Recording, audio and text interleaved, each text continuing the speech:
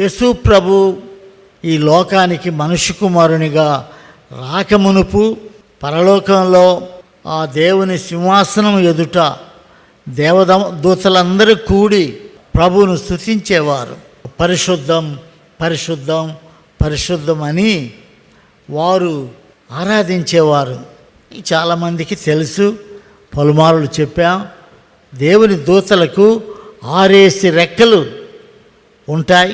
ప్రభు సన్నిధిలో పరలోకం నేను చెప్పేది, దేవదూతలు మరి ఎంతో భక్తిభావాలతో ఉండి వారు 6 రెక్కలు దేవుడిచ్చాడు కనుక 2 రెక్కలతో వారి కళ్ళు మూసుకుంటారు.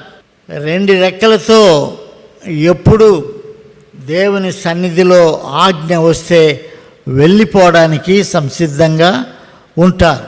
మరి 2 రెక్కలతో ప్రభువును ఆరాధించే సమయంలో వారికి ఎలాంటి ప్రమాదములు కలగకుండా వారు దేవుని సన్నిధిలో ఉంటారు.